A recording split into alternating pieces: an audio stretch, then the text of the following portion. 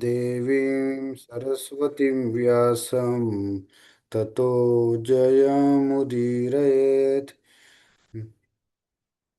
कृष्ण करुणा सिंधु दीनबंधु जगतपते गोपेश गोपिका कांता राधा कांता नमोस्तुते। तप्त कांचन गौरांगी राधे वृंदावनेश्वरी वृषभानुसुते देवी प्रणमामि हरिप्रिये। जय श्री कृष्ण चैतन्य प्रभु नित्यानंद श्री अद्वैत गदाधर श्रीवास आदि गौर भक्त वृंदा। हरे कृष्णा कृष्ण कृष्ण हरे हरे हरे राम राम राम हरे हरे। हरे कृष्ण कृष्ण कृष्ण हरे हरे हरे राम राम राम हरे हरे। तो हरे कृष्णा सभी भक्तों को मेरा सादर प्रणाम। उपस्थित भक्तवृंद को। तो आज हमारी भागवत सप्ताह का 5वां दिन है। और हम यहाँ पर एक दूसरे के साथ विचार जो है परामर्श कर रहे हैं। और यहाँ पर काफी सारे वरिष्ठ वैष्णव भी जुड़े हुए हैं। तो हर भक्तों का एक अलग अलग अनुभव होता है, साक्षात्कार होता है। तो हर एक भक्त और व्यक्ति जो है भक्ति में अलग अलग ढंग से प्रवेश करता है, अलग अलग ढंग से उसको स्वीकार करता है। अपने समझ के अनुसार, अपनी चेतना के अनुसार, अपनी शुद्धता के अनुसार वो भागवतम का आश्रय लेते हैं। और उनके भिन्न भिन्न प्रकार के साक्षात्कार होते हैं। तो हम यहाँ पर केवल हमारा साक्षात्कार यहाँ पर जो बता रहे हैं, हमारे चेतना के अनुसार, हमारी शुद्धता के अनुसार। तो हम कल चर्चा कर रहे थे कि किस प्रकार के ध्रुव महाराज किस प्रकार से खेद कर रहे थे।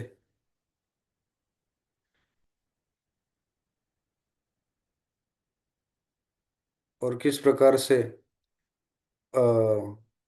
जो है भगवान ने उनके ऊपर किस तरह से कृपा की। तो उत्तानपाद महाराज जो ध्रुव महाराज के जो पिता है, जो वो स्वयंभुव मनु के पुत्र थे। उत्तानपाद जो ब्रह्मा जी के पौर पुत्र थे।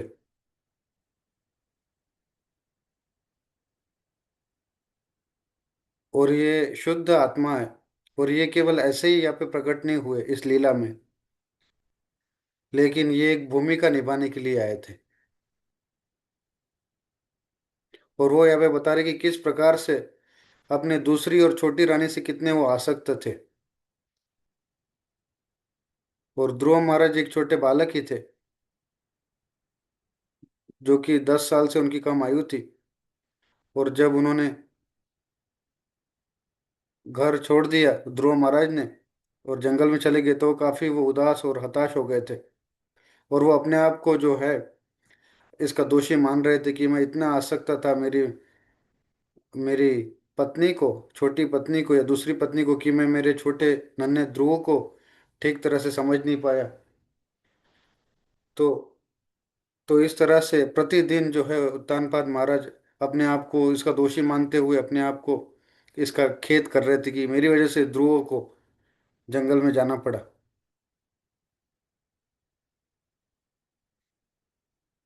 और तमिल में गोस्वामी जी को आलवार बताया गया है।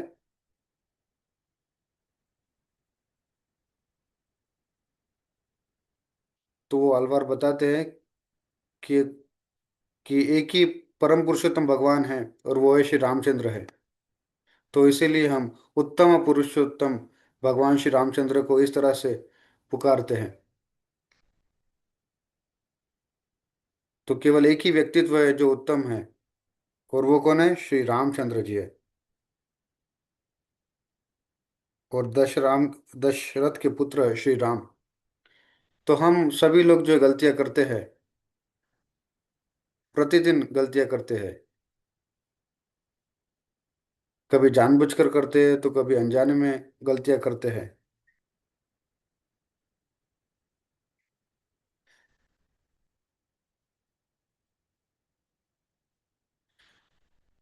तो इसीलिए कभी कभी हम गलतियां करते हैं और उसके लिए क्षमा याचना करते हैं कि मैं ये जानता नहीं था, लेकिन ये गलत है।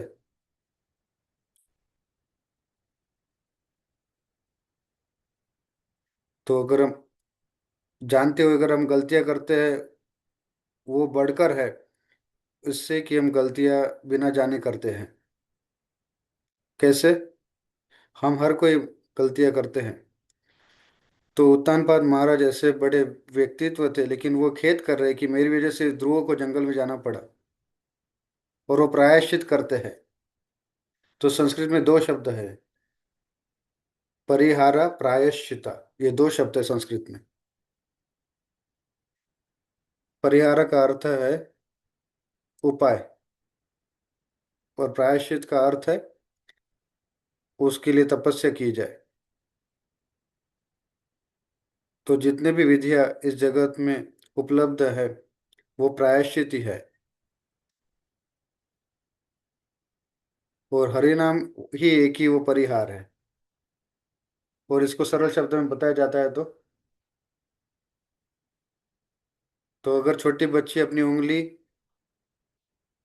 अगर अग्नि में डालती है, तो उसका हाथ जल जाता है और वो फिर रोने लगती है। तो फिर माता क्या करती है? और वो माता फिर उस उंगली को फूंक मारती है और उसे ठंडक पहुंचाने का प्रयास करती है। लेकिन फिर भी जो बच्चा है वो रोने लगता है। तो फिर एक दूसरे उनके चाचा आते हैं, और जब उसे आइसक्रीम देते हैं तो वो कुछ समय तक चुप हो जाती है, लेकिन फिर से रोना चालू करता है बच्चा। फिर से उसका दूसरा सगा संबंधी आता है और उसे कुछ दूसरी चीज दिखाता है, और इस तरह से बच्चा चुप हो जाता है। लेकिन जब पिता आता है, वो उसके उस घाव के ऊपर जो है औषधि लगाता है। तो इसमें से कौन सबसे अच्छा कार्य कर रहा है उस बच्चे के लिए? तो उसके पिता है। तो ठीक इसी प्रकार ये हरिनाम जो है, ये पिता की तरह है। तो हमारे पास अनगिनत ऐसे हाँ, गलतियां होती है या समस्या होती है। तो कोई आइसक्रीम लेकर आता है, कोई हमें अच्छे से बात करता है, या कुछ हमें बाहर कुछ दिखाने लेके चलता है, लेकिन ये सभी ये प्रायश्चित की तरह है। लेकिन उस घाव के ऊपर औषधि लगाना ये सबसे बड़ा कार्य है, जिसे परिहार कहा गया है। तो ये भगवान का हरि नाम ही सबसे बड़ी औषधि है संसार में।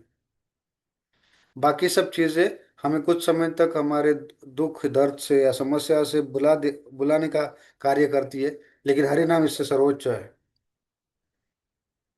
तो इसीलिए उत्तानपाद महाराज जब उनकी गलती को जब मान लेते हैं, उनका अनुभव उनको होता है, तो अपने आप को वो दोषी मानते हुए रोते हैं, अपने आप को इसका दोषी मानते हैं और खेद करते हैं, विलाप करते हैं और व्याकुल हो जाते हैं। लेकिन एक दिन उनको समाचार प्राप्त होते हैं कि मेरा 6 महीने का जो 6 महीने के बाद ये मेरा जो ध्रुव नाम का बालक है वो वापस आ रहा है। तो उत्तानपाद काफी प्रसन्न हो जाते हैं, उत्साहित हो जाते हैं। लेकिन फिर भी उनके हृदय में कहीं ना कहीं वो घृणा रहती है कि किस प्रकार मैंने मेरे पुत्र को अलग कर दिया था। तो सोचते हैं कि क्या मेरा ध्रुव पुत्र मुझसे प्रसन्न होगा या नहीं होगा। तो इसीलिए फिर उन्होंने सुनीति सुरुचि को बुलाया, प्रसन्नचित होकर उत्तम को बुलाया, और सभी लोग काफी खुश है, प्रसन्न है।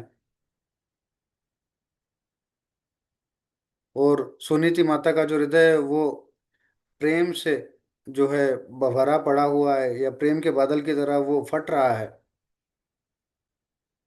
तो ये सभी लोग जो है उस नगर के रास्ते पर गए और ध्रुव महाराज को वापस लाने के लिए। और जब ध्रुव महाराज वहां पर आए, तो उत्तानपाद अपने रथ से नीचे उतर कर गए और ध्रुव महाराज को आलिंगन कर लिया और अपने अश्रुओं से उनका अभिषेक करने लगे, और उनको चुंबन करने लगे, उनका सर, उनका मस्तिष्क को सूंघने लगे, और उनकी तरफ अपना जो है प्रेम का आदान प्रदान करने लगे।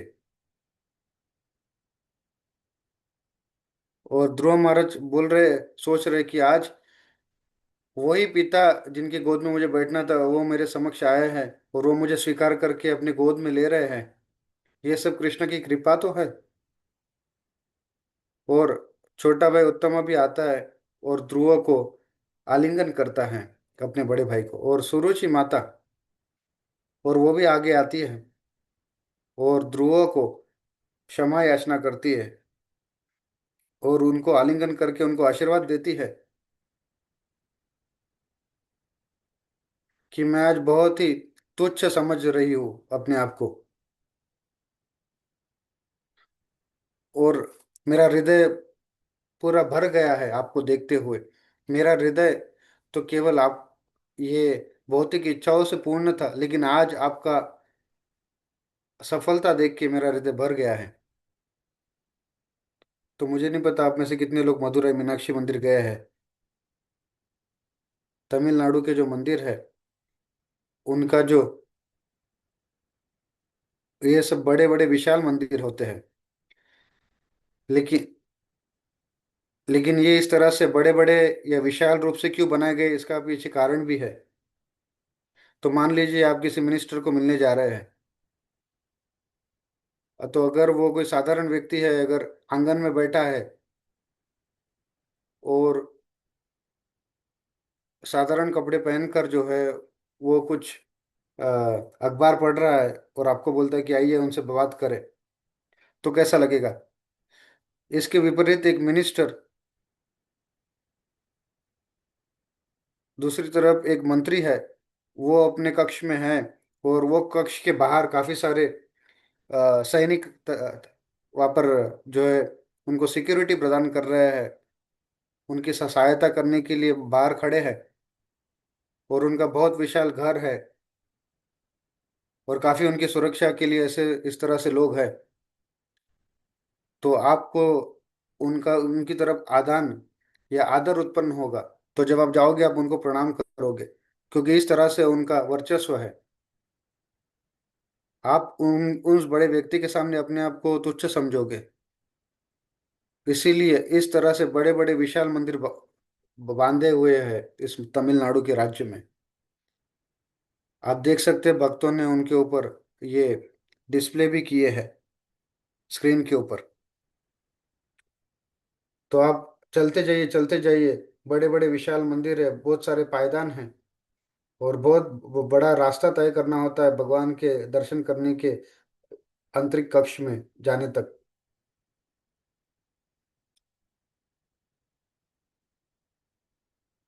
वोला गरंत पेरुमाल नाम के एक, वामन जी पेरुमाल नाम के भगवान का नाम है।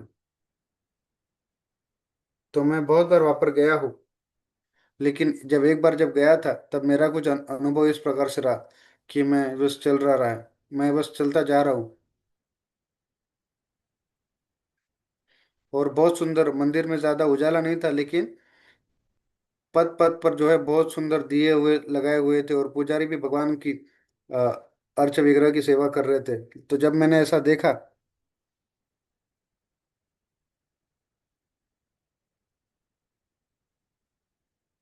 और जब मैंने भगवान का दर्शन किया तो मैंने देखा कि भगवान के चरण कमल तो बहुत विशाल है। तो फिर मैंने जब बराबर देखा तब मुझे पता चला कि अरे ये तो भगवान के चरण कमल है। और जो भगवान के विग्रह है वो तो 60 फीट जो है बड़े विशाल थे। और इस प्रकार से एक हाथ से वो अपना एक हाथ से अपने चरण के जो अंगूठे हैं उनको पकड़ रहे हैं। तो आप स्क्रीन पे देख सकते। तो इस तरह से भगवान का ये विशाल रूप था। और 60 ये भगवान का विग्रह इतना बड़ा था, विशाल था। और फिर हमने प्रार्थना की, और इस प्रकार से तमिलनाडु के जो मंदिर है इस प्रकार से जो बड़े विशाल है। त्वमेव माता पिता च त्वमेव त्वमेव बंधु सखा त्वमेव त्वमेव विद्या द्रविणम त्वमेव त्वमेव सर्व मम देव देव।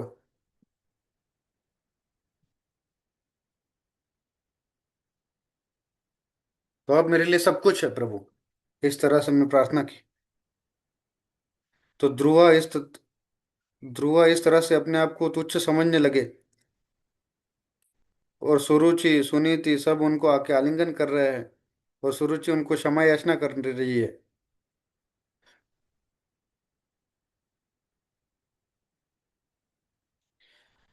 तो यहाँ पर ध्रुव अपने हृदय में कोई बदले की भावना या आग जलाए नहीं बैठे हुए हैं। तो ये शिक्षा हम ले सकते हैं ध्रुव महाराज से। ठीक प्रहलाद महाराज भी ऐसे ही थे। हिरण्यकशिपु ने उनको काफी बार मारने का प्रयास किया, लेकिन प्रहलाद महाराज सब भूल गए। और कुछ इसको हृदय में भी नहीं रखा। तो आप भले उनको क्षमा कर दे।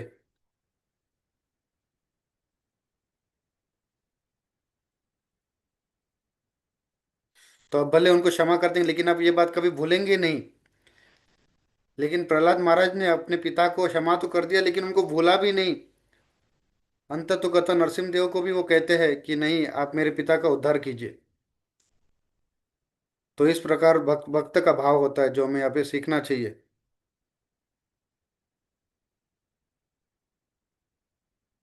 और जब कैकेयी माता जब चित्रकूट आई,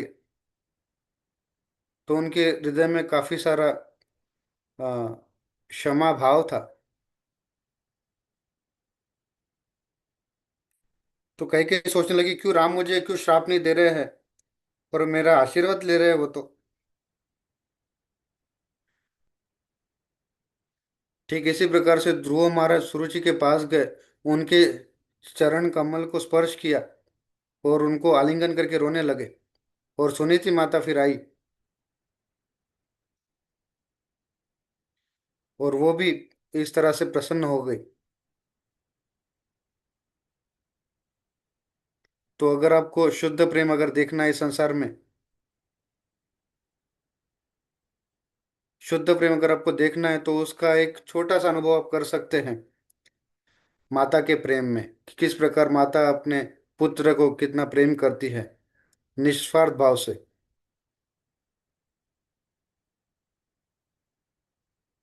वो ऐसा नहीं सोचती कि ये 3 साल का बच्चा या 3 महीने का बच्चा आगे चल के आज मैं इसका ध्यान रख रही हूँ, कल वो मेरा ध्यान रखेगा। निस्वार्थ भाव या निस्वार्थ प्रेम माता करती है अपने बच्चे से। और इसी प्रकार सुनीता सुनीति माता ने भी ध्रुव को आलिंगन किया, अपने अश्रुओं से उसका अभिषेक किया ध्रुव महाराज का। और अपने फिर महल में उनको लेके आई, एक बड़े विशाल हाथी के ऊपर। और सारे नगरवासी वहां पर आ गए थे उनको देखने के लिए। ब्राह्मणगण मंत्र उच्चारण कर रहे थे, सभी लोग वाद्य वादन कर रहे थे, गाना बजा रहे थे ध्रुव महाराज के स्वागत में। और ध्रुव महाराज सोचने लगे कि क्या मैं इसके योग्य हूँ ये सब सत्कार स्वीकार करने के। मैं तो केवल एक छोटा सा तुच्छ व्यक्ति हूँ। और वो अपने महल की तरफ लौट गए। और उत्तानपाद वहीं पे रहे कुछ समय तक। और धीरे से, ये हमारे लिए शिक्षा की बात है, कि उत्तानपाद को बाद में पता चला कि ध्रुव महाराज के इस आने का इतना सारा प्रभाव था, कि कोई उत्तानपाद को कोई देख नहीं रहा था, कोई पूछ नहीं रहा था, सब ध्रुव महाराज की जय जयकार उनको पूछ रहे थे। ऐसे छोटे बालक के उपस्थिति से ही सब लोग अलग ही तरह से प्रसन्न थे। हम देखते हैं हमारे जो गुरु महाराज आते हैं, तो सभी लोग उनके इर्द गिर्द घूमने लगते हैं, मानो फूल के आसपास मधुमक्खियां घूमती हो। क्योंकि उनकी उपस्थिति सभी भक्तों को आकर्षित करती है। ठीक इसी प्रकार से ध्रुव महाराज जैसे शुद्ध भक्त की उपस्थिति से ऐसा प्रभाव हो रहा था कि सभी लोग उनसे खींचे चले आ रहे थे, उनको देखते ही रह रहे थे। तो उत्तानपाद सोचने लगे कि अभी मेरा रिटायरमेंट का समय आ गया है। वो सोच रहे थे कि अभी ध्रुव महाराज को गद्दी पे बिठाने का समय आया है। और वो कुछ घृणा या द्वेष नहीं कर रहे थे, लेकिन वो प्रसन्न रूप से ऐसे सोच रहे थे कि अभी मेरा कार्य खत्म हो गया है।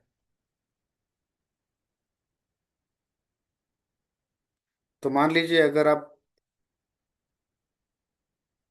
आपका कोई एक भाव भाई गांव से आता है, और वो जब देखता है कि आप बड़े सफल व्यक्ति हो और आपके पास सब कुछ है, और मान लो आपकी दुकान का नाम है कृष्णा टेक्सटाइल, और वो आपके सामने ही एक दूसरी दुकान खोलता है, न्यू कृष्णा टेक्सटाइल करके कपड़े की दुकान खोलता है, तो हमें भी थोड़ा सा द्वेष उत्पन्न होगा अगर हमारा भाई ऐसा करता है तो। तो कोई भी ऐसा व्यक्ति करेगा, निश्चित भाव से थोड़ा तो द्वेष हमारे हृदय में आएगा ही, अगर हमसे अच्छा कर रहा है तो। काफी बार माता जी लोग काफी समय लगाती है कपड़े खरीदने में, घंटों घंटों लगा देती है कपड़े पसंद करने के लिए।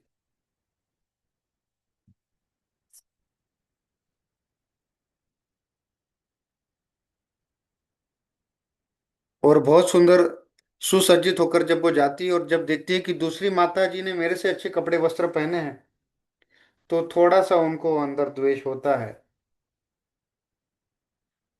थोड़ा सा अहंकार उनका होता है। लेकिन यहाँ पे उत्तानपाद ऐसे नहीं सोच रहे। तो भागवत में ऐसा बताया गया है, इस भौतिक जगत में सब द्वेषी है, सबको अहंकार है। अगर हमसे कोई अच्छा करता है या कोई हमसे अलग करता है, तो निश्चित रूप से एक व्यक्ति को द्वेष होता है, अहंकार होता है, व्याकुलता होती है।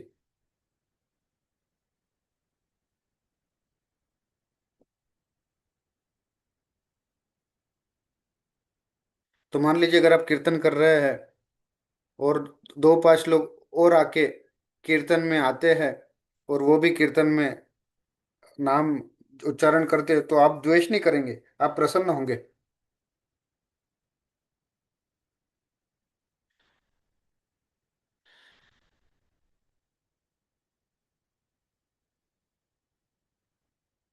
तो अगर आप कीर्तन कर रहे हैं और अगर दूसरे भी वो कीर्तन में उपस्थित हो रहे हैं, तो इससे आप प्रसन्न होंगे, इससे आप द्वेष नहीं करेंगे। तो उत्तानपाद ने ये देखा। तो उत्तानपाद सोच रहे थे कि मेरा अभी जो कार्य है वो खत्म हो गया है,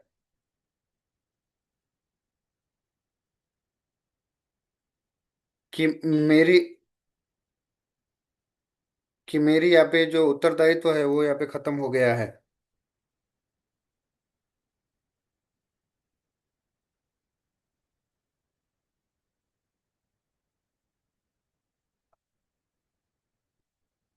तो इस तरह से हमारे आचार्यगण ये विचार कर रहे थे कि इस युग के लोगों का उद्धार करेंगे, और वो हमारा भविष्य सोच रहे थे। और उनको जो उत्तर मिला वो था हरिनाम संकीर्तन।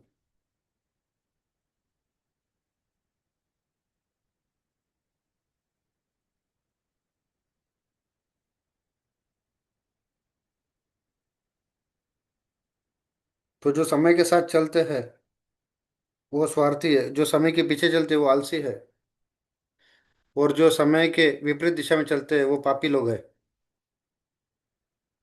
और जो समय के पहले चलते हैं वो नेता कहलाते हैं।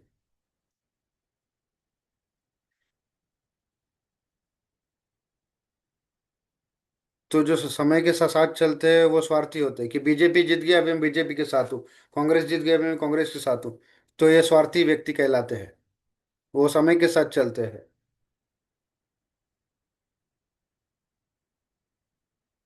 लेकिन जो समय के पीछे चलता है, तो वो आलसी है, कि पापा मैं ये मेरा अभ्यास कल करूंगा, मैं कल से जप करूंगा, मैं अगले बुधवार से कार्य करूंगा। वो समय के पीछे चलते हैं। तो भले ही वो व्यक्ति अपना कार्य करे, लेकिन वो आलसी कहलाते हैं, क्योंकि वो समय का मूल्य नहीं जानते। तो ये दूसरे व्यक्ति।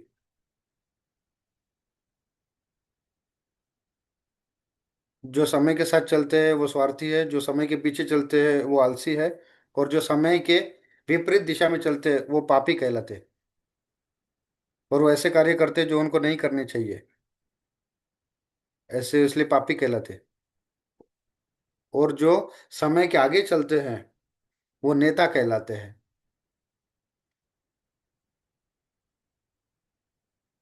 तो भौतिक जगत भगा तो भौतिक जगत से में हम देखते हैं कि सभी लोग अब लीडर या नेता हैं। तो भौतिक जगत में हम सब नेता ही है, हम आगे की सोचते हैं। लेकिन आध्यात्मिक जगत से हम उस तरह से नहीं सोचते। तो आध्यात्मिक दृष्टिकोण से भी हमें सोचना चाहिए, समय के आगे सोचना चाहिए हमको, कि जब मेरा अंतकाल समय आएगा, कि जब मेरा गला अवरुद्ध हो जाएगा, तब मैं किस प्रकार से भगवान का नाम उच्चारण कर पाऊंगा, उसके लिए तैयारी करनी चाहिए। उस आध्यात्मिक दृष्टिकोण की यहाँ पे बात हो रही है।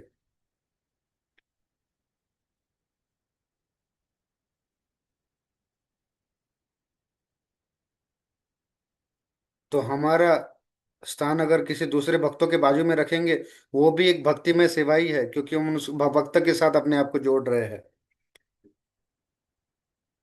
तो मेरे अंत समय में जो है, तो ये बहुत सुंदर श्लोक है मुकुंद माला स्तोत्र में से। कृष्ण त्वदीय पाद पंकज पंजरंतम, अद्यैव मे विशतु मनस राजहंसः, प्राण प्रयाण समये कापवातपीतः, कंथावरोधन विदौ स्मरणं कुतस्ते। तो जब प्राण छोड़ता है, शरीर प्राण छोड़ता है, तब कफ, वात और पित्त, ये इससे हम व्याकुल हो उठते हैं।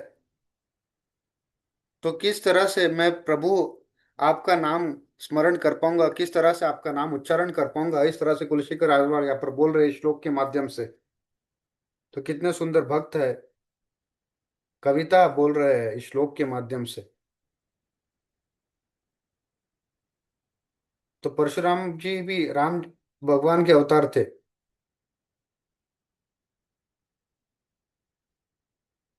तो परशुराम ने जब भगवान रामचंद्र को देखा तो उन्होंने अपनी सारी शक्तियां उनको दे दी, और वो उन्होंने फिर रिटायरमेंट ले लिया।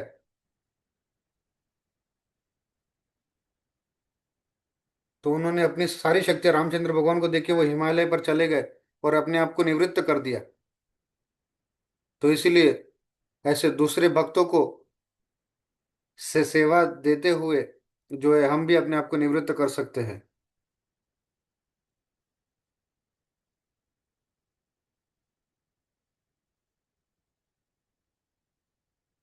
तो विष्णु जन प्रभु और यमुना माता जी जब बहुत सुंदर कीर्तन करते थे, तो शिला प्रभुपाद जी उनको उनको प्रोग्राम में लेके जाया करते थे, और वो स्वयं प्रवचन देते थे। और कुछ समय पश्चात प्रभुपाद जी जो है उनको कीर्तन करने देते थे और फिर स्वयं कथा करते थे। और फिर शिला प्रभुपाद कुछ समय पश्चात वो उन भक्तों को बोलते, तमाल कृष्ण गोस्वामी महाराज को, कि अभी मैं छोटा प्रवचन मैंने दे दिया, अभी आप प्रवचन करिए।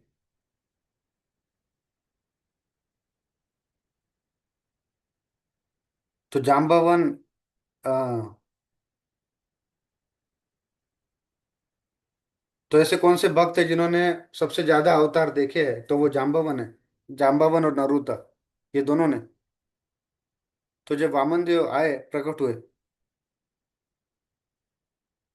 तो जाम्बावन के गले में एक बहुत बड़ा वाद्य था, मृदंग की तरह, ड्रम की तरह। वो उसको बजाने लगे, नगाड़े की तरह।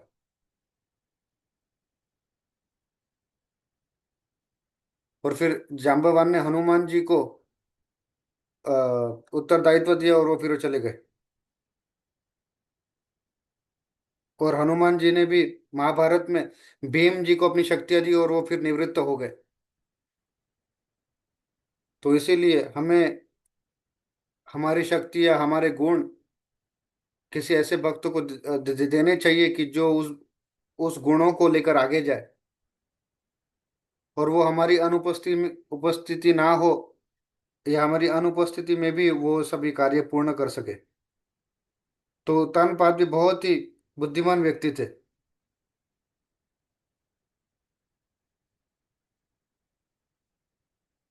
तो वो सोच रहे थे कि किस प्रकार से सभी लोग ध्रुव महाराज की सराहना कर रहे हैं, और वो जंगल चले गए थे।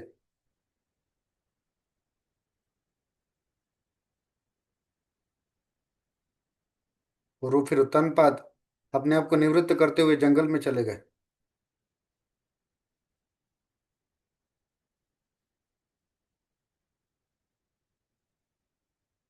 और वो सब सिद्धांतों के ऊपर जो है सुंदर शासन कर रहे थे, राज्य चला रहे थे। ध्रुव महाराज बहुत सुंदर तरीके से अपनी सिद्धांतों का पालन करते हुए राजा की तरह शासन कर रहे थे। एक दिन उनके छोटे भाई उत्तम जंगल में गए, और फिर वो यक्षों के द्वारा मारे गए। तो वो तो जब ऐसा समाचार जब पता चला, तो सुरुचि माता बहुत खेद करने लगी। और सुरुचि माता खेद करते हुए अपने आप को उन्होंने अग्नि में जला लिया जंगल में जाते हुए। लेकिन ध्रुव महाराज को बहुत पीड़ा हुई इससे। और ध्रुव महाराज सारे यक्षों को मारने का प्रण ले लिया ध्रुव महाराज ने, और उनको मारने के लिए चले गए। जिस प्रकार भगवान का सुदर्शन चक्र सभी दिशाओं में अपने तेजस से सभी दिशाओं को प्रकाशमान कर देता है, ठीक उसी प्रकार से ध्रुव महाराज सारे यक्षों को मारने लगे। सारे यक्षों को वो मारने लगे ध्रुव महाराज। और सारे यक्ष मारे जाने लगे, और ध्रुव महाराज ये सोचने लगे कि इन्हीं यक्षों ने मेरे भाई को मारा। तो इस तरह से घमासान युद्ध होने लगा। कभी यक्ष ध्रुव महाराज के ऊपर हावी होते, तो कभी ध्रुव महाराज यक्षों के ऊपर हावी होते।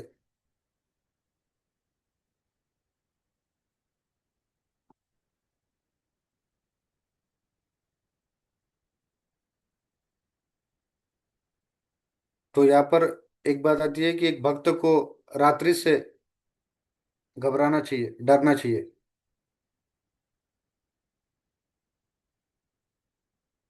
तो अगर आप रात्रि का ध्यान रखेंगे ठीक से, एक भक्त, तो आपके दिन अच्छे जाएंगे। तो अगर रात्रि में अगर आप सोएंगे नहीं, तो सारे जो अ, असुरी विचार आपके बुद्धि में प्रविष्ट होंगे। तो अगर किसी को बैंक लूटनी है, तो वो रात्रि में ही उसकी सब प्लानिंग है या योजना बनाएगा। क्योंकि जब सूर्यास्त होता है, तब इसी प्रकार के असुरी विचार हमारे बुद्धि में प्रविष्ट होते हैं। तो इसीलिए सूर्यास्त के पहले आपका भोजन ग्रहण कर लीजिए। आपका जप, किताब पढ़ना सब पहले करके फिर सो जाइए। काफी वक्त ऐसे है कि जो भाग्यशाली ऐसे होते हैं कि वो जैसे ही अपने बिस्तर पर लेटते हैं, तुरंत निंद्रा आ जाती है।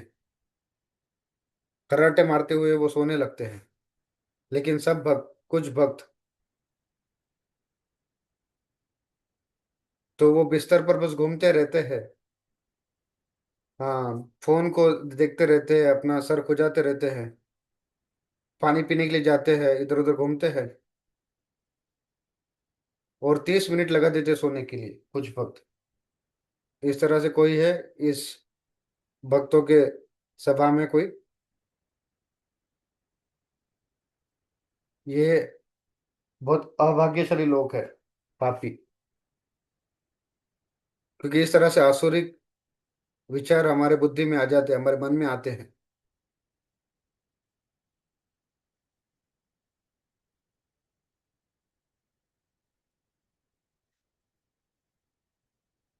क्योंकि रात्रि के समय में आपका मन ऐसे एक ही जगह पे जाने का सोचता है।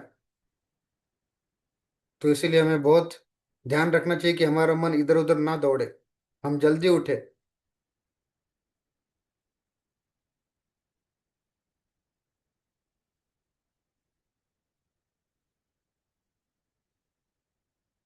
तो इसी तरह आपको बस तुरंत सोने के लिए निद्रा आ जाए इस तरह से कार्य करना चाहिए।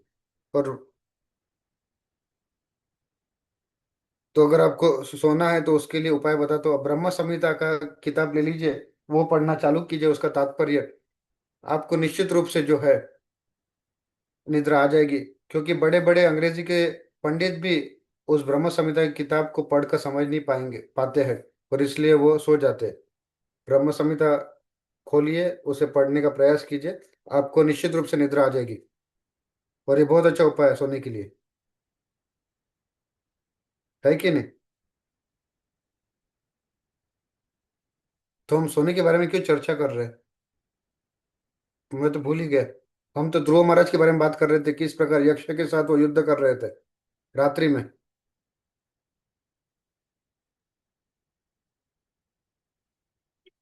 तो यक्ष लोग रात्रि में काफी वो शक्तिशाली हो गए थे,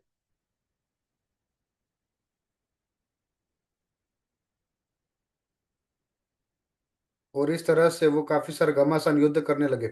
और फिर देवतागण आग आगे आकर उन्होंने नारायण अस्त्र दिया ध्रुव महाराज को, और कहा कि नारायण अस्त्र का इस्तेमाल कीजिए। और नारायण अस्त्र का आश्रय लेते हुए उन्होंने सारे यक्षों को पराजित कर दिया ध्रुव महाराज ने।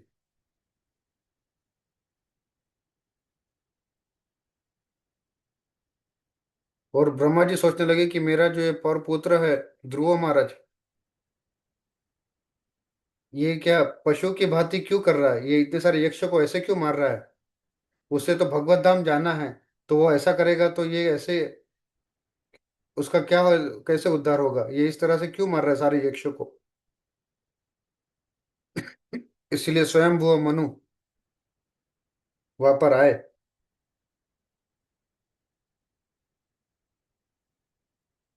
तो ध्रुव महाराज को स्वयं वो मनु संबोधित करने के लिए वहां पर प्रकट हुए और उनको बोलने लगे। चौथे स्कंद के 10वें अध्याय का 6वां श्लोक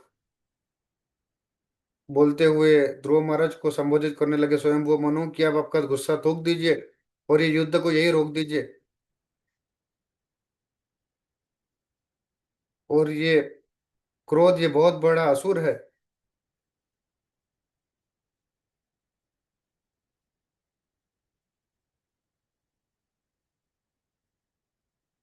चौथा स्कंद 11वां अध्याय श्लोक 6।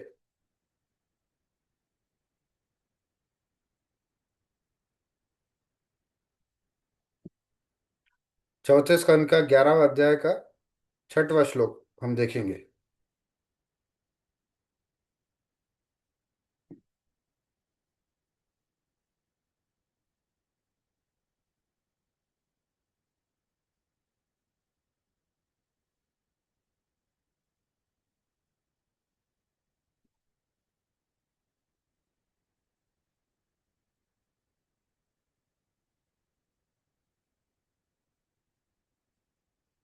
तो श्लोक का 7वां,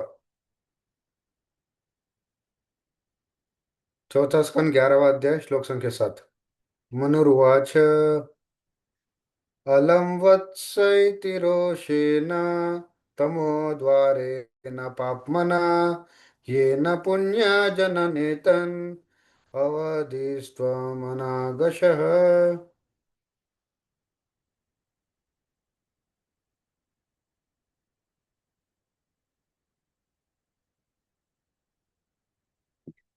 तो हे मेरे वत्स, इस तरह से प्रेम पूर्वक जो है स्वयं वो मनु ध्रुव महाराज को संबोधित करने लगे। इतना उष्ण, इतना क्रोध तुम में कैसे आया पुत्र, जिसे तुम अपने नियंत्रण में नहीं ला पा रहे हो? और तमोद्वार क्यों तुम पाप की तरह पाप की तरफ आगे बढ़ रहे हो? आप सभी अच्छे गुणों को हर रहे हो, तमोद्वार की ओर आगे बढ़ रहे हो। ये शास्त्र कह रहे हैं, जो कि सत्य है।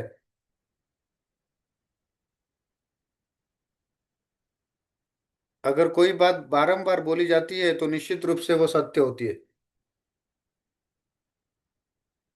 तो सत्य और परम सत्य में उधा ये फर्क होता है। तो ये मेरे हाथ में फूल माला है, तो ये सत्य है या परम सत्य है? ये सत्य है।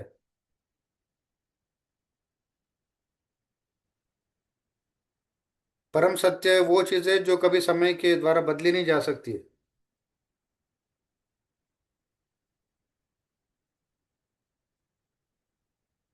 तो फूल माला अगर मेरे हाथ में है तो ये सत्य है, लेकिन ये परम सत्य नहीं है। कुछ समय के पश्चात ये फूल माला मेरे हाथ से नीचे, हाथ के नीचे से गिर सकती है, हाथ में से गिर सकती है। मैं इसे भूल सकता हूँ, या ये मुरझा सकती है। तो ये सत्य केवल इस समय के लिए है। अंत तो गत्वा सत्य ये नहीं है। मान लीजिए मैं एमिरेट्स एयरप्लेन का हवाई जहाज उड़ा रहा हूँ, तो मान लो अभी मैं नौकरी कर रहा हूँ, लेकिन जीवन भर मैं वहाँ पे नौकरी नहीं करूंगा। कंपनी बंद हो सकती है, या फिर मैं जो है मृत्यु को प्राप्त कर सकता हूँ, या मैं कंपनी छोड़ सकता हूँ। तो ये सत्य और परम सत्य में फर्क है। तो जब सत्य बारंबार जो वर्णन होता है, तो ये काफी महत्वपूर्ण और मूल्यवान होता है।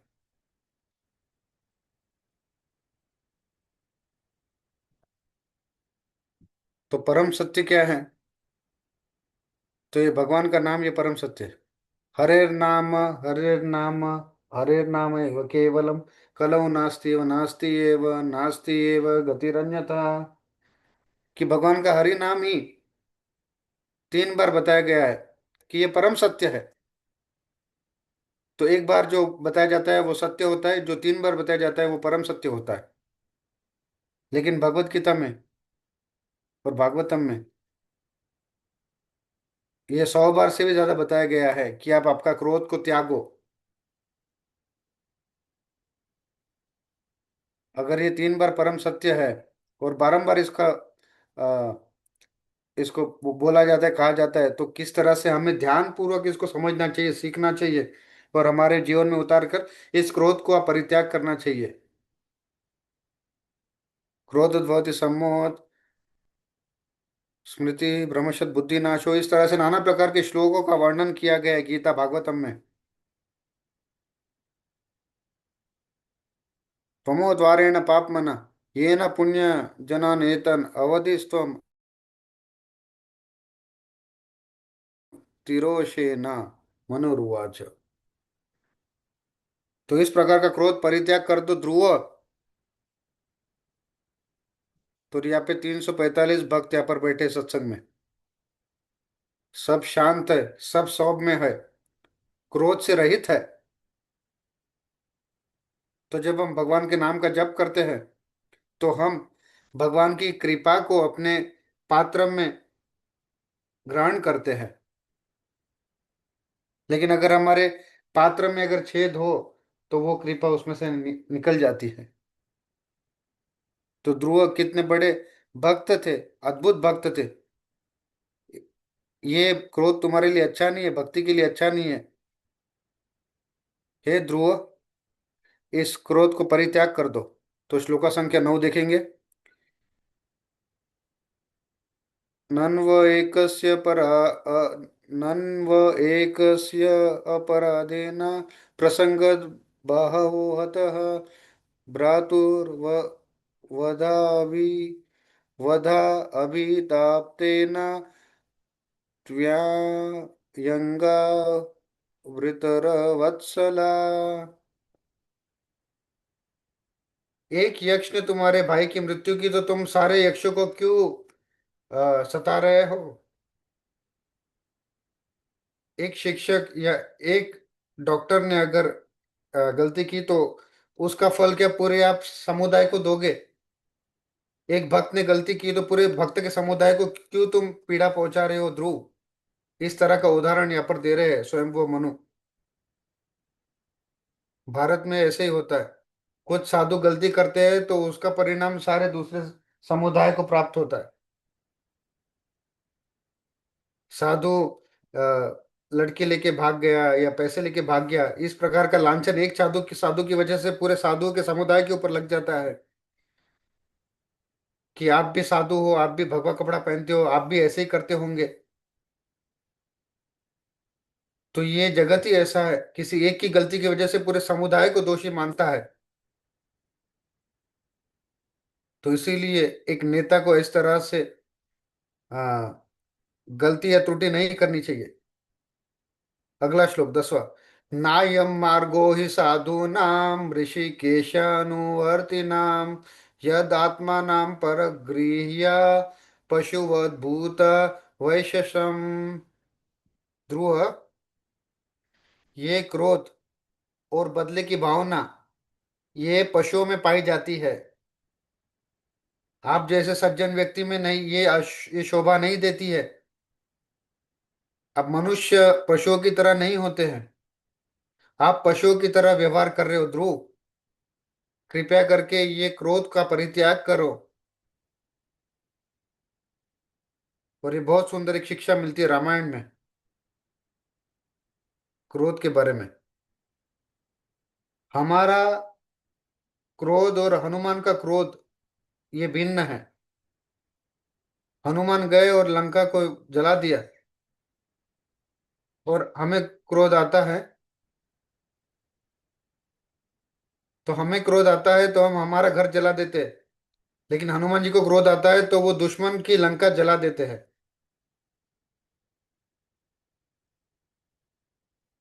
तो हम क्रोध करके अपने पत्नी, अपने बच्चों, अपने घर में ही क्रोध करके हमारा घर जला देते हैं।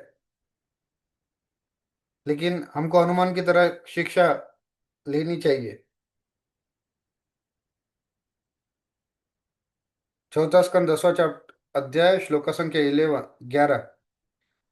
सर्वभूतात्म भावेन भूतवसां हरिं भवान् आराध्य याप दुराराध्यं विष्णुस्तत्परमं पदम्।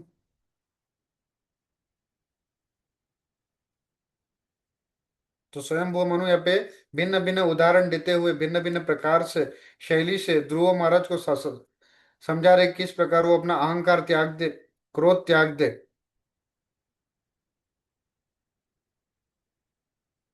क्योंकि स्वयं वो मनु को पता है कि उनके हृदय में भी परमात्मा विराजमान है।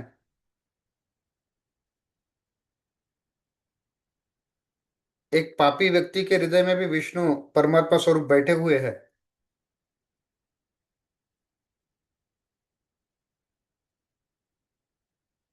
तो इसलिए वो स्वयं वो मनु बता रहे ध्रुव महाराज को कि आप ये छोड़ दो, कि आप भगवान के बारे में सोचते हैं और भगवान आपके बारे में सोचते हैं, ऐसा आपका और भगवान का घनिष्ठ संबंध है। तो भक्त में ऐसे अवगुण आने नहीं चाहिए, तो इसका परित्याग कर दीजिए।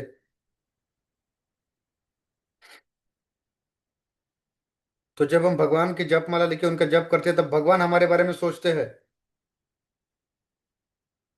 तो भले ही हम भगवान के बारे में ना सोचे, लेकिन भगवान हमारे बारे में सोचते हैं जैसे हम जप माला लेके उनका नाम जप चालू करते हैं।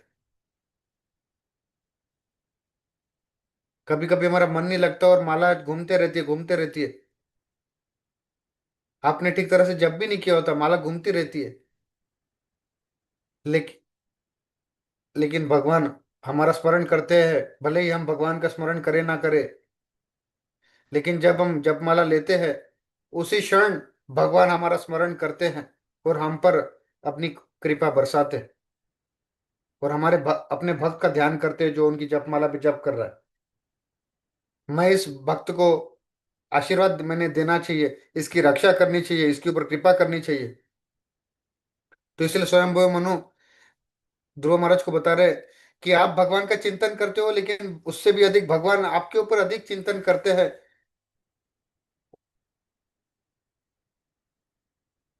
और इस तरह से उनको प्रोत्साहन कर रहे कि आप भगवान के भक्त है, भगवान आपका गुणगान करते हैं, आपने भगवान का गुणगान करना चाहिए।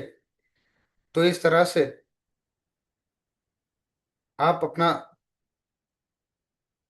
श्लोक या स्वभाव मत छोड़िए। सत्वं हरेरनुद्यातस्तत्पुंसामपि सम्मतः कथां त्ववद्यायं कृतवान् अनुष अनुशिक्षण सतम व्रतम। तो भगवान भी अपने भक्त का चिंतन करते रहते हैं।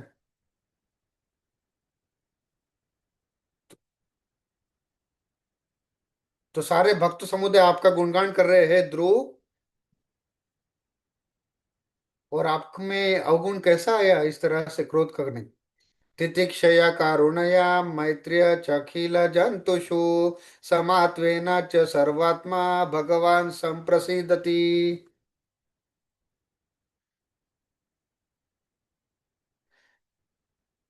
कैसा एक भक्त को होना चाहिए? सहनशील होना चाहिए, करुणामय होना चाहिए, हर व्यक्ति के साथ मैत्री रखनी चाहिए। अखिल जंतुषु, हर एक व्यक्ति के साथ, हर एक जीव जंतु के साथ। समत्वेन च सर्वात्मा, समभाव रखना चाहिए सारे जीवों के प्रति, सारे जीव जंतुओं के प्रति।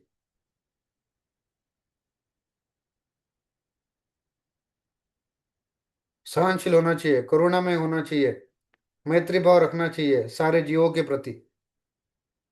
सभी के साथ मैत्री भाव रखना चाहिए।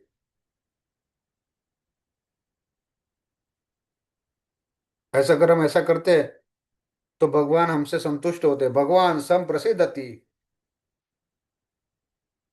तो इसलिए सहनशील बहुत महत्वपूर्ण है एक भक्त के जीवन में। जीवन में काफी सारी उटपटांग चीजें होंगी हमारे साथ, ये काफी सारी विपत्ति आएगी, लेकिन हमें उस परीक्षा में भी सहनशील होके सौम्य भाव या शांति भाव बनाए रखना चाहिए।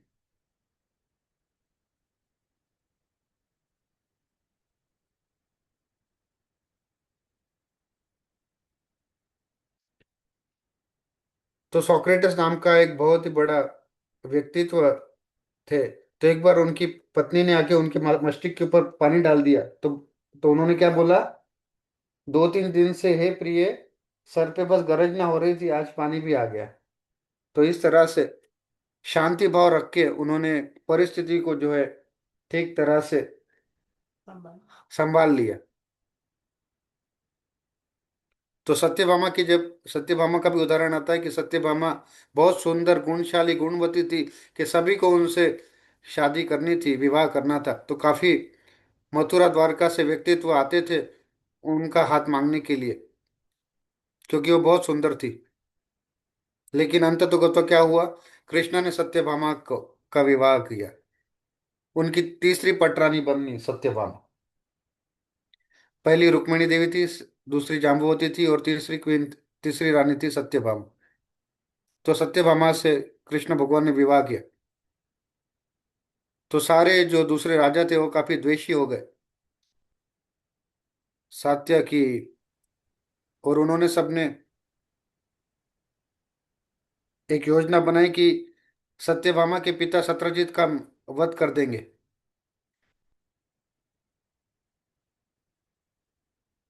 तो वो सत्यभामा के पिता शत्रुजित से सभी राजा जो है द्वेष कर रहे थे, और इसलिए उनको मारने की योजना बनाते हैं शत्रुजित को।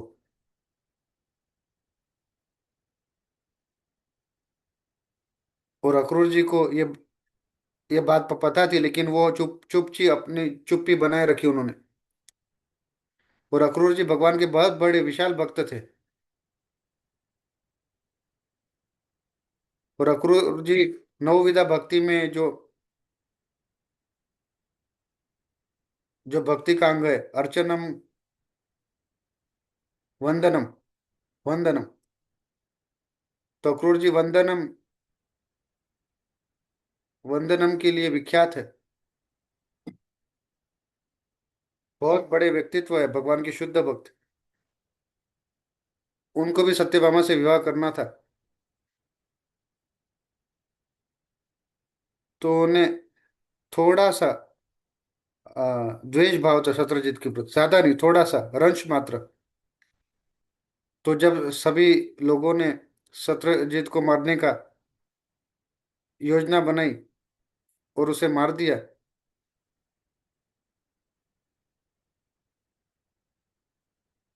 तो सत्यभामा भी विलाप करने लगी, रोने लगी कि मेरी वजह से मेरे पिता जो है मारे गए।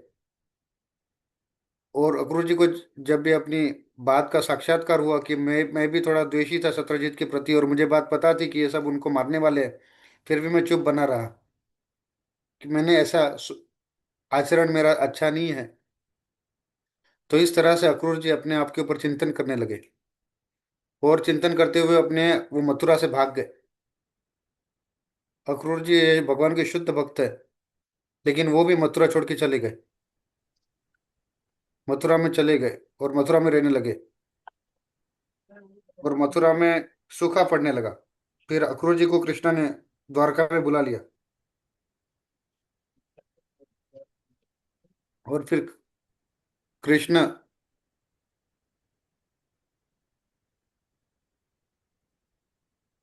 अक्रूर जी फिर द्वारका बुला लिया, लेकिन कृष्ण वहां पर सालों साल तक रहे द्वारका में। लेकिन कभी कृष्ण ने उनको ये नहीं पूछा कि तुमने ऐसा क्यों किया। तो अक्रूर जी सोचने लगे, क्यों मुझे श्राप नहीं दे रहे कृष्णा, क्यों मुझे पूछ नहीं रहे कृष्णा, या क्यों मुझे दंडित नहीं कर रहे कृष्ण। इस तरह से सोचने लगे, लेकिन कृष्ण हमेशा उनकी तरफ सौम्य व्यवहार करते रहे, हमेशा उनके ऊपर कृपा करते रहे।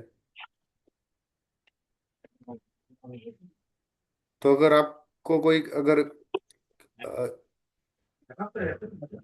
जानबूझ के अगर कोई आपको परेशान करता है, या न जा अनजाने में अगर कोई करता है, तो उसे आप भूल जाइए, और ये सोचिए कि कृष्णा भी रक्षा करेंगे। तो इसीलिए सहनशीलता ये बहुत महत्वपूर्ण है एक भक्त के लिए। तितिक्षय करुणया मैत्रिय च अखिल जंतुषु समत्वेन च सर्वात्मा भगवान सप्रसिद्ध संप्रसिद्धति। इस तरह से भक्त को रहना चाहिए।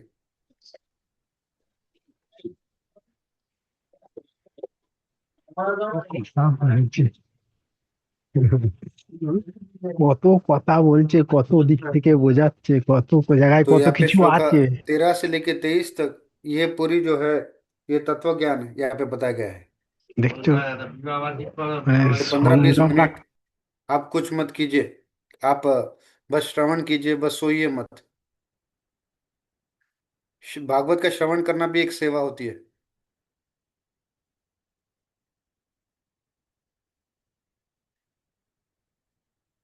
तो हम कभी कभी भागवत हम कथा के समय सो जाते हैं वगैरह।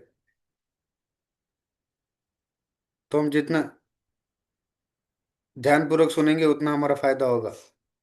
और अगर हम कोई सेवा अगर ध्यान पूर्वक पूरा एकाग्र चित्त से करते हैं, तो वो क्या करते हैं, प्रसाद ग्रहण करना। बाकी सब चीजें हम इतना नहीं करते। तो 14 से लेके 23 श्लोक ये काफी तत्व ज्ञान है। तो स्वयंभुव मनु ध्रुव महाराज को बताते हैं कि आप कृपामयी रहे, करुणामयी रहिए, स्वयंभुव मनु। इस तरह से जब स्वयंभुव मनु उनको क्रोध से बाहर आने के लिए कह रहे हैं, फिर भी ध्रुव महाराज पूरी तरह से क्रोध से बाहर आए नहीं है। इसलिए वो तत्व ज्ञान की बातें यहाँ पे उनको बता रहे हैं स्वयंभुव मनु ध्रुव महाराज को। अब अभी सब जो प्रेम वाले या अच्छे जो शब्द है, वो सब यहाँ पर खत्म हो गए। तो कभी व्यक्ति बहुत बुद्धिमान होता है, काफी पीएचडी होता है, डबल पीएचडी होता है, तो आपको उसको उस तरह से भाषा में बात करनी होती है। तो इसीलिए स्वयंभुव मनु अभी दूसरे अंदाज में ध्रुव महाराज के साथ बात कर रहे हैं। तो स्वयंभुव मनु अब एक दूसरा पद लेते हैं यहाँ पर। तो वो कहते हैं, ध्रुव, आप क्रोधी इसलिए हो क्योंकि आपका भाई मर गया है, सही है। लेकिन आप बात समझिए कि कोई भी व्यक्ति अगर जो जन्म लेता है, वो मृत्यु को प्राप्त करेगा ही एक ना एक दिन। भले आपका भाई जल्दी मर गया, यही फर्क है ना। जाता से ध्रुव मृत्यु ध्रुवम जन्म मृत्यु से। जिसने भी जन्म लिया है, उसे निश्चित रूप से मरना होगा, चाहे वो जल्दी हो या बाद में हो। एक बार बुद्ध को किसी ने प्रश्न पूछा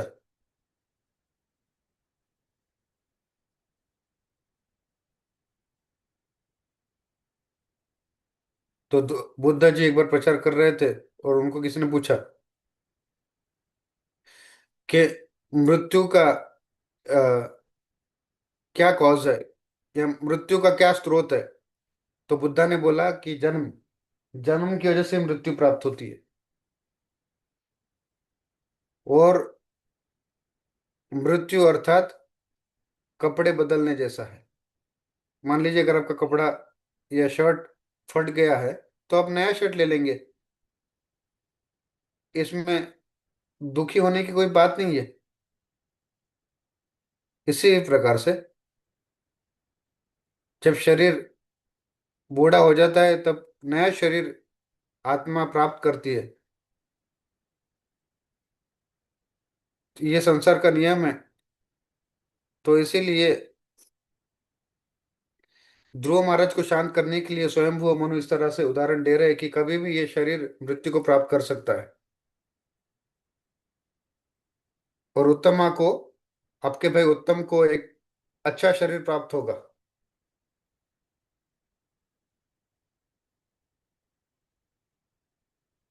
ये, और ये सत्व रजो तमोस की वजह से भी हो रहा है। ये तीन गुणों के प्रभाव में है ये शरीर। कभी सुख, कभी सुख, कभी दुख, कभी दिन, कभी रात, कभी कभी फायदा, कभी नुकसान, कभी पिता, कभी माता। इस तरह का ये संसार का नियम है, द्वंद्वों का ये जीवन है। फिर भी ध्रुव महाराज अभी भी क्रोधित है। तो इसलिए स्वयंभू मनु और ये प्रकृति का नियम है, स्वयंभू मनु बताते हैं। और दूसरी बात स्वयंभू मनु बोलते हैं कि ये तीन गुणों का प्रभाव है। तीसरी बात स्वयंभू मनु बता रहे हैं कि ये माया का स्वभाव है। कभी वो हमारे कुछ लोगों को साथ में लाते हैं, कभी वो लोगों को अलग कर देते हैं। तो अभी ट्रेन चल रही है, काफी सारे लोग मिलते हैं, लेकिन ट्रेन रुकती है तो कुछ लोग उतर भी जाते हैं।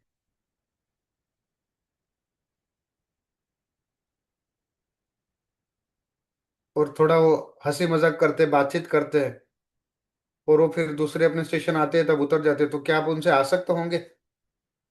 तो माया भी इस तरह से लोगों को एकत्रित करती है।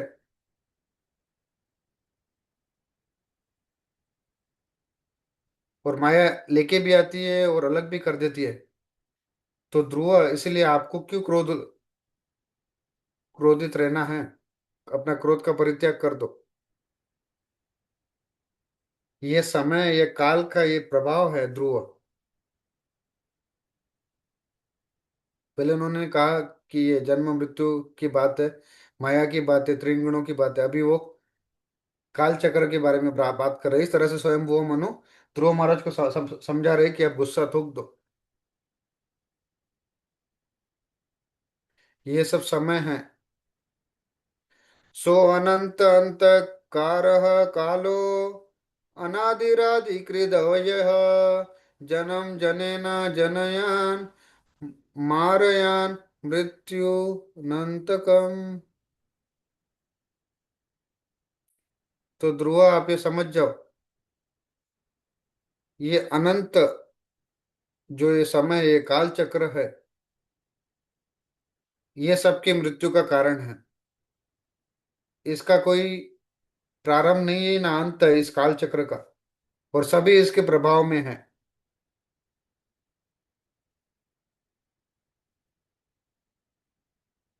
ये सब समय का प्रभाव है। समय के प्रभाव से जन्म होता है, समय के प्रभाव से मृत्यु होती है।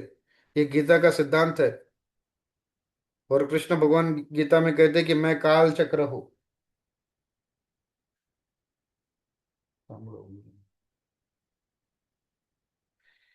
तो बस समय को थोड़ा जाने दो, तुम शांत हो जाओगे। अभी इसका उत्तर मत दो।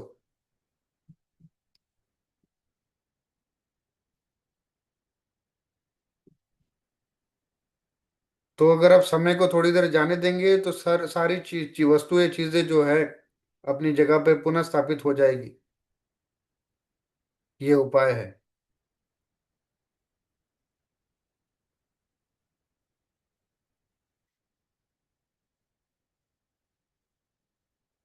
आगे स्वयं हुआ मनु बता रहे ध्रुव महाराज को 22वें श्लोक में। केचित् कर्म वदन्ति येनम् स्वभावम् अपारे नृप एके कालं परे दैवम् पुंस कामम् उतापरे।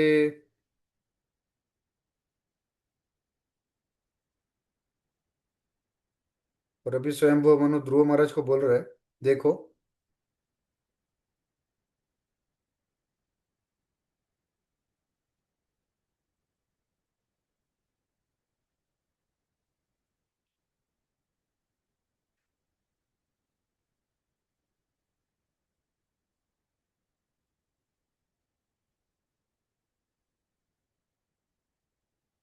तो इस तरह से सभी लोग अपने अपने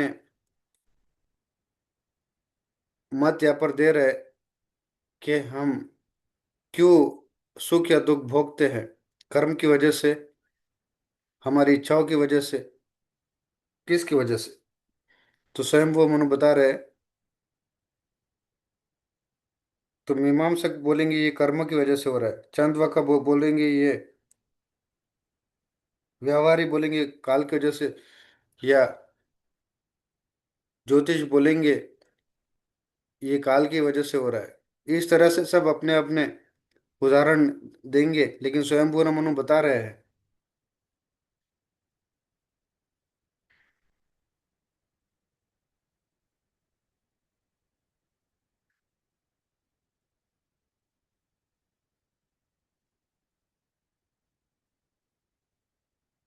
तो ध्रुव महाराज ये सब कारण सुनने के बाद भी जो है शांत रहते हैं।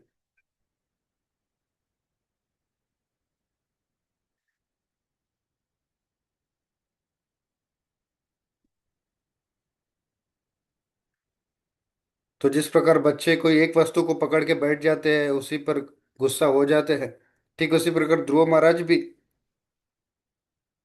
एक वस्तु पर जो है अड़ जा रहे हैं और टस से मस नहीं हो रहे। तो कभी कभी हम बच्चे को देखते हैं कि तुम क्या खाओगे, या फिर पति पत्नियों के बीच में कभी गुस्सा या झगड़ा होता है, तो वो बोलता है क्या खाओगे, तो रोटी। इस तरह से टस से मस नहीं होते हैं, अपना स्वभाव नहीं छोड़ते, और एक ही वस्तु को पकड़े रहते हैं, गुस्से को। ठीक उसी प्रकार से यहाँ पे हम देख पा रहे हैं कि किस प्रकार ये स्वयं भुव मनु के बारंबार बोलने पर भी ध्रुव महाराज अपने क्रोध के ऊपर अड़े हुए हैं। और आगे बता रहे हैं, अव्यक्तस्य अप्रमेयस्य नानाशक्ति उदायस्य च न वै चिकीर्षितं तथा को वेदाथ स्वसंभवम्।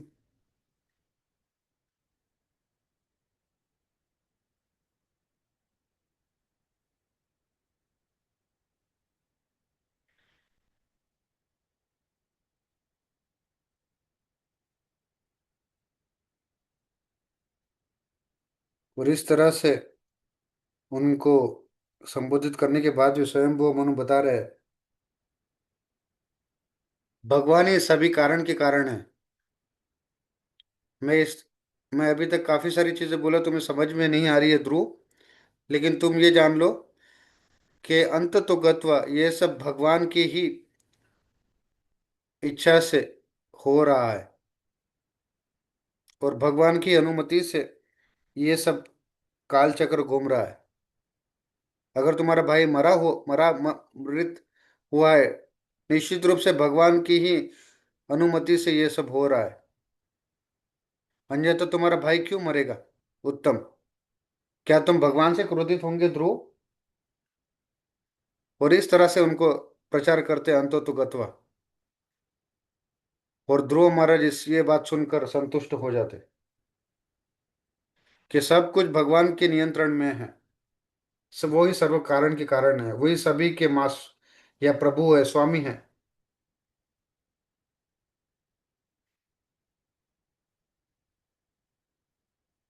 इसीलिए ब्रह्म संहिता में बताते हैं, ईश्वर परम कृष्ण सच्चिदानंद विग्रह अनादिरादि गोविंद सर्व कारण कारण। कि एक लीला महाभारत में होती है इस प्रकार से। मध्वाचार्य जो लिखते और बताते हैं।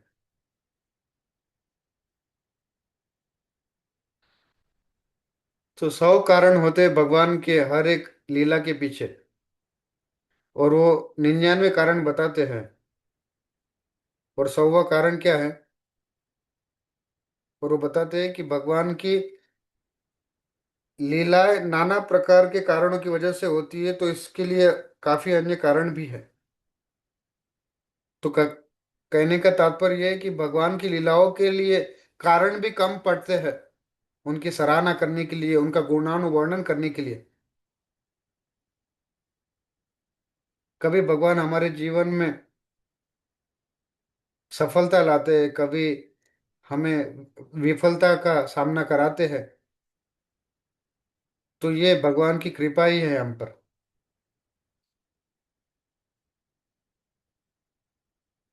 तो जब पांडवगण वन में थे, तो एक दिन वो सब फल फूल लेने के लिए जंगल में आगे गए, और द्रौपदी आश्रम में थी। और उस समय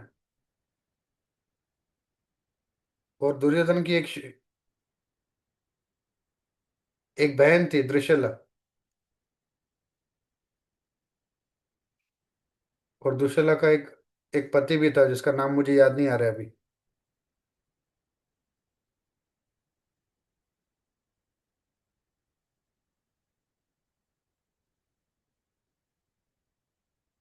तो जयद्रथ, ये त्रिशला का पति था। तो जयद्रथ एक बार वन में घूम रहा था, तो उसने देखा कि द्रौपदी बहुत सुंदर है, और वहाँ पे अपने आश्रम में है, जंगल में, जंगल के बीच आश्रम में वहाँ पे रुकी हुई है। और वो उतर गया और वो आश्रम में गया। और द्रौपदी जयद्रथ को देखे काफी प्रसन्न हो गई कि मेरे हाँ हाँ कि मेरे रिश्तेदार आए हैं, कि आप थोड़े समय रुकिए। मेरे पतिगण जो है फल फूल लेने के लिए गए हैं, तब तक मैं आपकी क्या सेवा कर सकती हूँ? क्या आपको पानी दूँ, क्या दूँ? जयद्रथ काफी तुच्छ व्यक्ति था। तो जयद्रथ बोलता है द्रौपदी को कि आपके 5 जो है पति है, वो निकम्मे है, उनके ऊपर इतना श्रद्धा रख के क्या आपको लाभ मिलेगा? आप जंगल में जो है एक भिक्षुक के प्रति रह रहे हो। आइए आप मेरे साथ, मैं आपको रानी बना के रखूंगा और आपको सारी सुविधाएं दूंगा। और द्रौपदी बोलती है कि हे मेरे भाई, ऐसे मत बोलिए। आप मेरे जो बहन है उसके पति है, आप मेरे भाई की तरह है, इस तरह से मत बात मत करिए।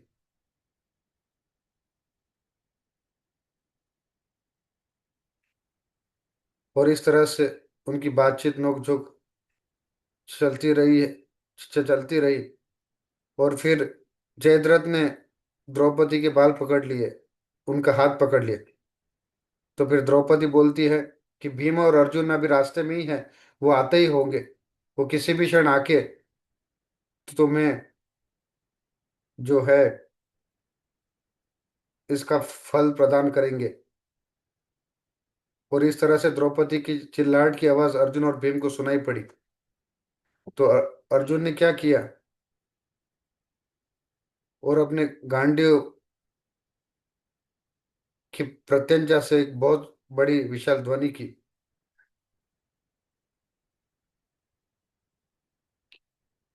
केवल,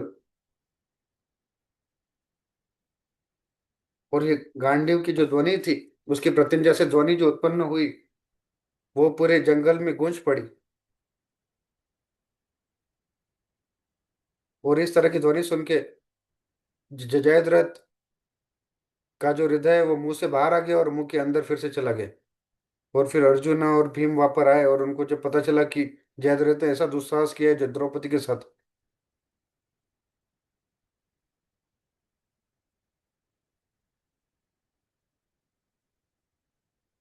और ये जयद्रथ ने आगे आगे चल के आ, द्रौपदी के द्रौपदी के नहीं, अर्जुन के पुत्र अभिमन्यु की मृत्यु की। और जब अभिमन्यु की इस प्रकार से मृत्यु की जयद्रथ ने, तो फिर अर्जुन ने प्रण लिया कि कल सूर्यास्त के पहले मैं जयद्रथ की का वध कर दूंगा, अन्यथा मैं अपने आप को अग्नि में प्रविष्ट कर लूंगा। इस तरह से शपथ अर्जुन शपथ लेते हैं। और वो काफी, जयद्रथ काफी जो है, हाँ, व्याकुल हो उठते हैं। और दुर्योधन उनको समझाते हैं कि नहीं, तुम चिंता मत करो, तुम्हारा तो बाल भी बांका नहीं कर पाएगा। कर्ण बोलता है कि जब तक मैं हूं, अर्जुन तुमको स्पर्श भी नहीं कर पाएगा।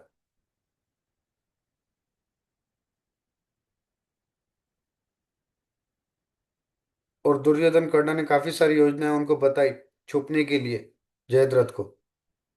लेकिन शकुनी ने बताया कि मेरे पास एक बहुत सुंदर उपाय है, कि आप युद्ध के दिन छुट्टी ले लो और एक आ, गुफा में जाके बैठ जाओ। और आप जब युद्ध भूमि में रहोगे ही नहीं, तो आपको फिर अर्जुन मारेंगे नहीं। और वो फिर आपको मार नहीं पाएंगे, तो वो स्वयं अग्नि में प्रविष्ट होकर अपने आप को मार डालेंगे। तो केवल आप छुट्टी ले लीजिए युद्ध से एक दिन के लिए, बीमार होने की। और इस तरह के शकुनी मामा इस तरह के उपाय सबको बता रहे। तो जयद्रथ एक गुफा में जाके छुप गए। और अर्जुन उस दिन के युद्ध में एक पागल व्यक्ति की तरह इधर उधर जाके युद्ध करने लगे और जयद्रथ को ढूंढने लगे।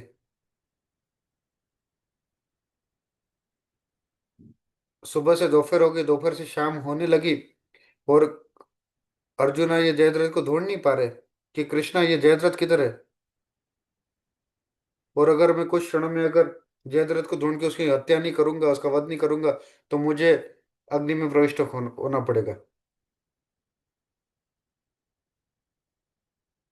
तो फिर अर्जुन ने कृष्ण को पूछा कि क्या तुमने शपथ लेने से पहले मेरा मुझसे परामर्श किया था?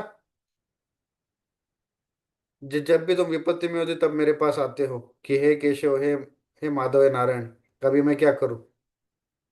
मैं तो केवल तुम्हारा एक सारथी हूँ। तो अर्जुन बोलते, कृष्णा कृपया करके प्लीज मेरी सहायता कीजिए। ठीक है। तो अर्जुन को बोलते कृष्णा की चिंता मत करो, मैं कुछ करता हूँ। तो अपने सुदर्शन चक्र के माध्यम से कृष्णा ने सूर्य को जो है ढक दिया। और जयद्रथ ने जब देखा, और जयद्रथ गुफा में बैठ के देख रहे थे कि अब सूर्यास्त होगा, सूर्यास्त होगा। और जब जैसे सूर्यास्त हुआ, जयद्रथ गुफा से बाहर आ गए, क्योंकि हर जगह अंधेरा छा गया। और वो नाचने लगा कि मैं जीत गया।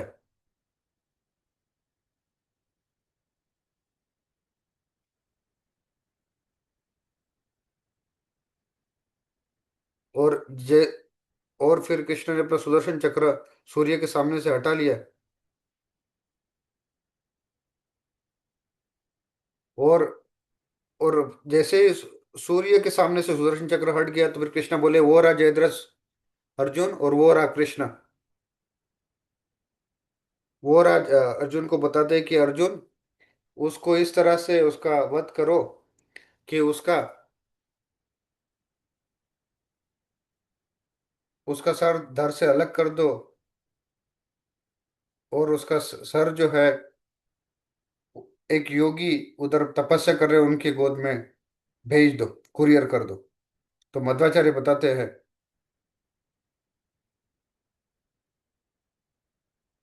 तो युद्ध की एक रात पहले अर्जुन शपथ लेने लगे कि मेरे अभिमन्यु, मेरा पुत्र मारा गया, मैं गांडीवधारी अर्जुन हूँ। मैं शिव यम सभी से युद्ध कर सकता हूँ। ये दुर्योधन को मेरी ताकत का पता नहीं है कि मैं कल जयद्रथ को मार दूंगा। तो इस तरह से वो काफी,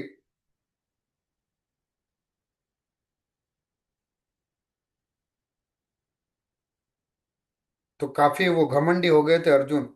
तो इस वजह से, लेकिन दूसरे दिन अर्जुन को पता चला कि कृष्ण की शक्ति के बिना, कृष्ण की योजना के बिना मैं कुछ भी नहीं हूँ। अगर कृष्ण नहीं होते तो मैं जयद्रथ को नहीं मार पाता। विजयस्तु पांडुपुत्राणाम येषां पक्षी जनार्दना। तो कर्ण भी ये सोचने लगे कि मैं बहुत शक्तिशाली हूँ, और दुर्योधन भी सोचने लगा कि मैं ये जयद्रथ की रक्षा कर पाऊंगा, लेकिन अंतों तक कोई जयद्रथ की रक्षा नहीं कर पाया और अर्जुन के हाथों उसे मरना पड़ा। तो पिता क्या उत्तरदायित्व होता है कि अपने पुत्र को सही दिशा दिखाए। तो उसके पिता ने उसको वरदान दिया था कि जिसकी वजह से भी तुम्हारा सर धड़ से अलग होगा, वो मृत्यु को प्राप्त होगा। तो इसीलिए कृष्ण ने अर्जुन को बोला कि इस तरह से उसका,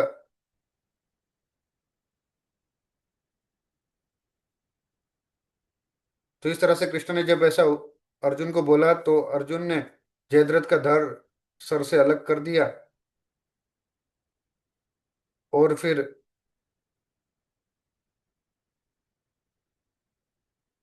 फिर जो दुर्योधन और कर्ण के समक्ष जयद्रथ का सर उसके पिता की गोद में गया और उनके पिता के हाथ से वो सर नीचे गिर गया। और क्योंकि उन्होंने वरदान दिया था कि जिस व्यक्ति की वजह से तुम्हारा सर भूमि पे नीचे गिर जाएगा, वो मृत्यु का कारण बनेगा, तो जयद्रथ के पिता वहां पे मृत्यु को प्राप्त हो गए।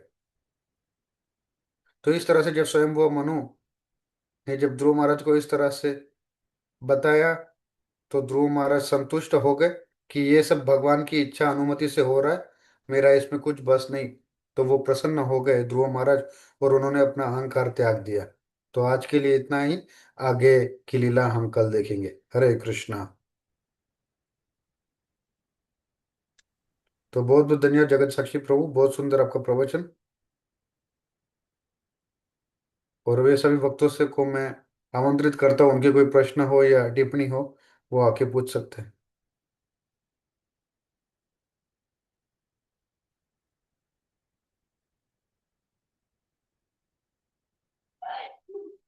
तो जगजीवन जगन्नाथ प्रभु जी, मैं आपको आमंत्रित करना चाहूंगा, ताकि कुछ क्विज की घोषणा है तो आपको कर सकते हैं।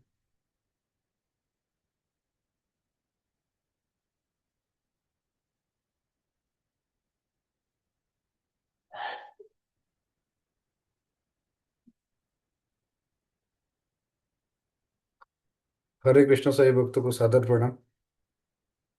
कृपया मेरे प्रणाम स्वीकार कीजिए।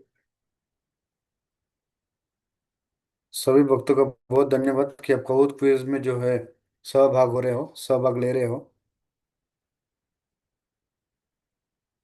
तो बस आपका भागवत के प्रति समर्पण बढ़ाने के लिए हम ये सुंदर कहोत क्विज।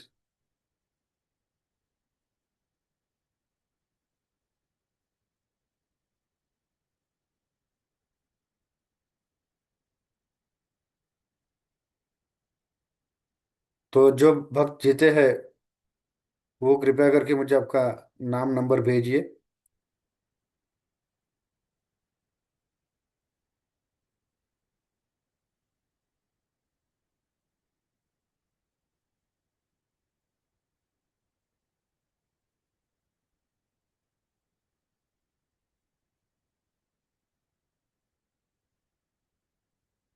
तो इस तरह से भक्तों ने जो है इसमें सहभाग लिया है, तो ये उसके जो है विजेता है शुभानंद दास, अमित और कृष्ण वर्मा, और विकास नंदिनी और श्यामांगी किशोरी माता जी, ये चौथे दिन के जो है विजेता हैं।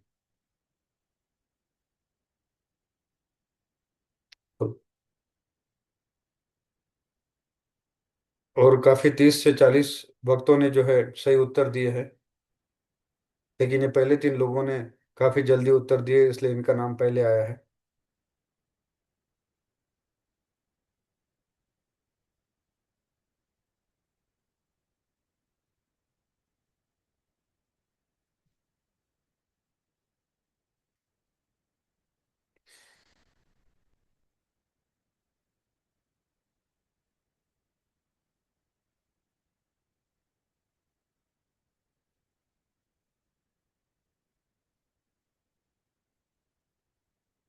तो ये जो प्रश्न है, ये कथाओं के ऊपर, तत्वज्ञान के ऊपर, और जो भी अनुवाद है इन विषयों का, इन भागवतम के अध्यायों का उसके ऊपर है।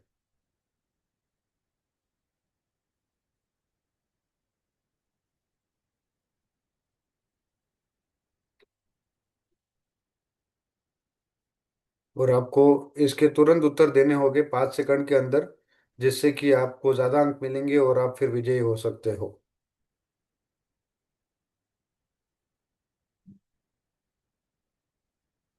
तो जो भी विजेता हुए हैं, कृपया करके आप मुझे आपके नाम भेजिए 050 इस नंबर पर, स्क्रीन पे दिए गए नंबर में।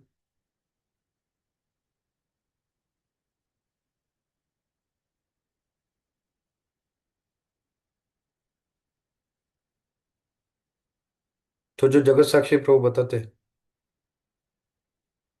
तो जितना भक्तगण इसको श्रवण करेंगे ठीक से, वो प्रश्न भी हम इसमें रखेंगे ये कऊत क्विज में, और आप उसको उत्तर देते हुए जो है विजेता हो सकते हो। और आपका भागवतम के प्रति समर्पण या रस का आस्वादन जो है आप कर सकते हैं।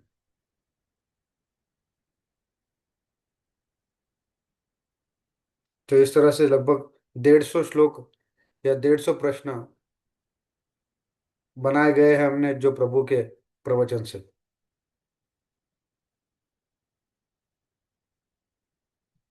तो अभी ईद के हॉलीडेज भी आ रहे हैं, तो कृपया करके ज्यादा मात्रा में प्रभु जी के प्रवचन में जुड़िए।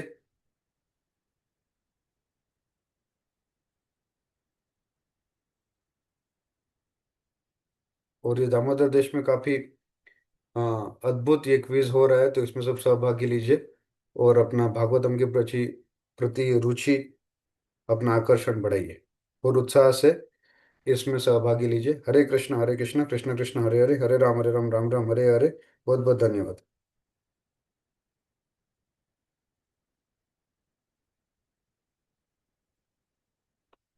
तो बहुत बहुत धन्यवाद जगजीवन जगन्नाथ प्रभु जी का।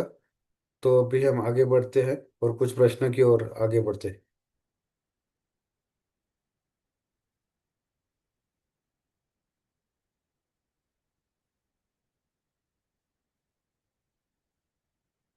तो श्यामलंगी माता जी प्रश्न पूछती है कि मेरी एक।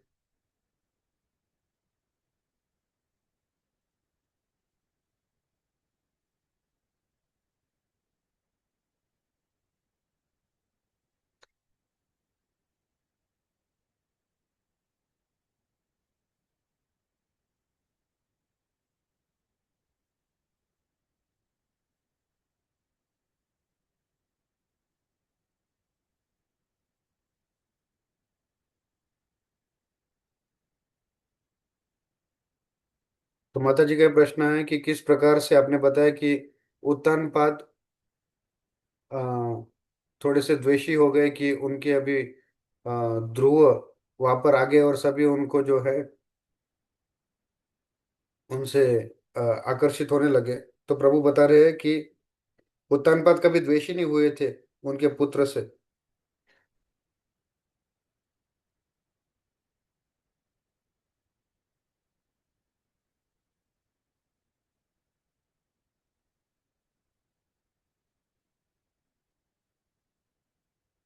तो उत्तानपाद यहाँ पे बिल्कुल भी द्वेष नहीं कर रहे थे अपने सुपुत्र ध्रुव से।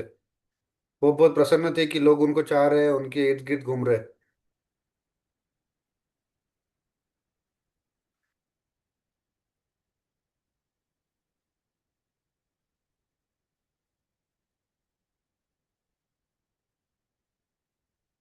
तो कभी कभी हम कोई सेवा से आसक्त होते हैं, लेकिन अगर वो सेवा हमको आगे चल के नहीं मिलती तो हम उससे निराश हो जाते हैं कि हमसे सेवा मिल छीन ली गई है।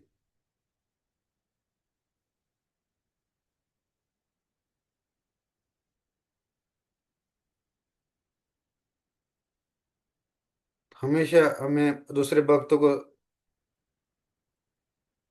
सेवा, हमेशा हमको दूसरे भक्तों को सेवा देनी चाहिए, उनको भी संलग्न करना चाहिए। केवल हम तक इस सेवा को सीमित नहीं रखना चाहिए।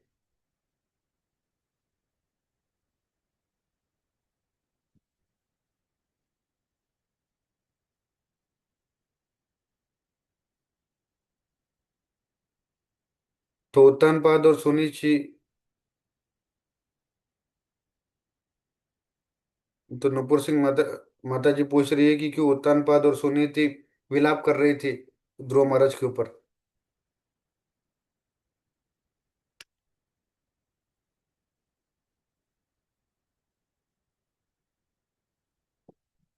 उत्तानपाद और सुरुचि विलाप कर रहे थे क्योंकि क्योंकि उन्होंने ध्रुव महाराज को उनके पिता की गोद में बैठने के लिए मना किया था, और उन्होंने काफी कटु शब्द इस्तेमाल किए थे, और उत्तानपाद शांत बैठे थे उस समय। इसकी वजह से, ये गलती की वजह से वो विलाप कर रहे थे। दूसरी बात,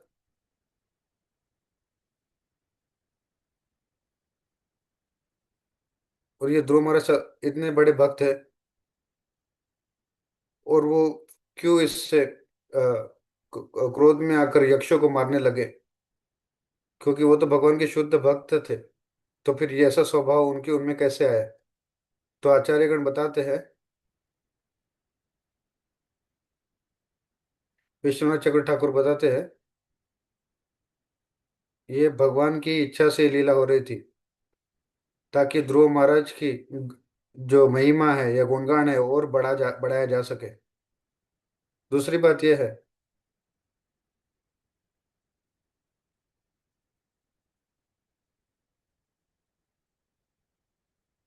और ध्रुव महाराज अपने आप को प्रताड़ित कर रहे थे कि ये मेरी गलती की वजह से मेरा भाई और मेरी माता श्री सुनीति वो अब इस संसार में नहीं रहे। तो युधिष्ठिर महाराज भी इस तरह से सोच रहे थे कि ये मेरी वजह से जो है, ये मुझे द्रौपदी को दांव पे लगाना पड़ा। तो इसलिए उन्हें भी वो भी कभी कभी गलती कर बैठे, जैसे युधिष्ठिर महाराज ने वो अ, द्यूत खेलते समय ये किया था।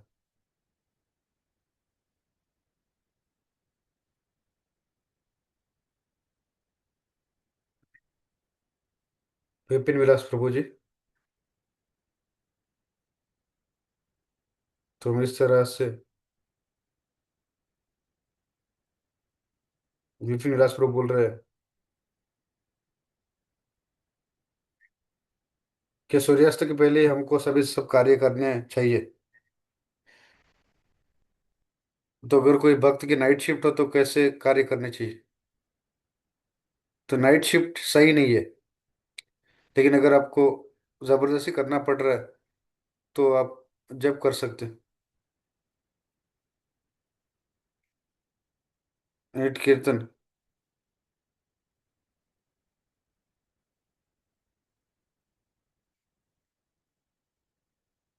रात्रि में अगर आप कार्य करते हैं तो इसका,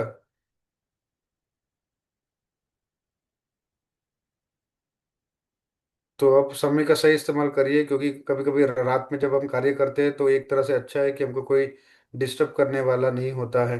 हम श्रवण कर सकते हैं, कीर्तन कर सकते हैं, अपनी माला कर सकते हैं, और कार्य कर सकते हैं। अगला प्रश्न, माता जी ध्रुव चरित्र के बारे में पूछ रही है।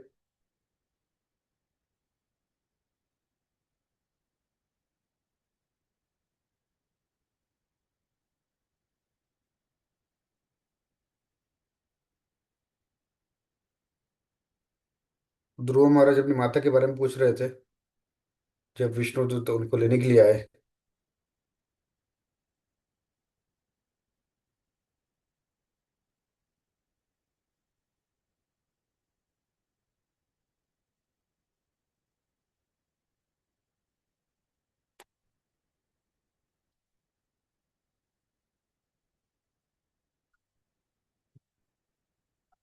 तो भगवान का भक्त जो है हमेशा अनासक्त रहता है, लेकिन वो आसक्त इस चीज से रहता है कि सारे भक्त लोग जो है भगवत धाम जाए।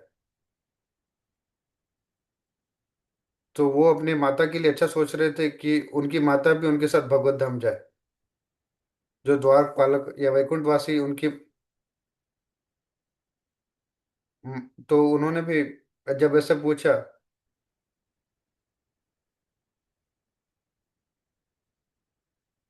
तो ध्रुव महाराज जब इस तरह से पूछने लगे तो वैकुंठ वासियों ने बोला कि आपकी माता तो सामने वाले जहाज में जा रही है, वैकुंठ, तो आप चिंतित ना होइए।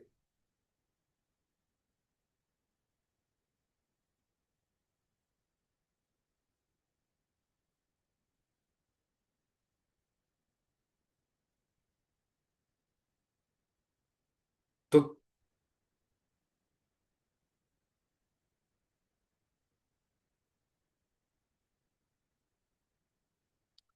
तो केवल ध्रुव महाराज नहीं, उनके पूरे परिवार का निश्चित रूप से उद्धार हुआ ही होगा, क्योंकि भगवान की शुद्ध भक्त है। निश्चित रूप से इस कथा में केवल ध्रुव महाराज और उनकी माता का वर्णन हुआ है। तो भागवतम में इस तरह से पूर्ण सभी परंपरा का वर्णन नहीं हुआ है, लेकिन ये हम समझ सकते हैं इससे। जैसे युधिष्ठिर महाराज जब भगवत धाम गए तो उनके भाई और उनकी पत्नी भी गए।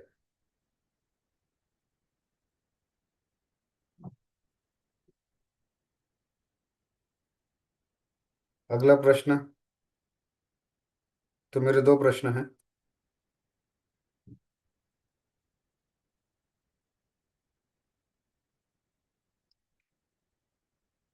तो मर्यादा पुरुषोत्तम राम है जिन्होंने कभी कोई त्रुटि नहीं की है। तो मेरा प्रश्न ये है,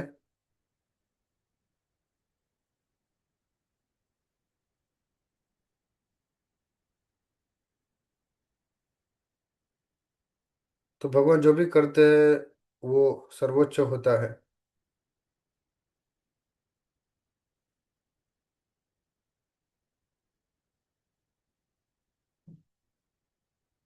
तो आपने वैसे बताया कि ध्रुव महाराज भगवान के भक्त थे और उन्होंने कुछ गलतियां की क्रोध में आकर।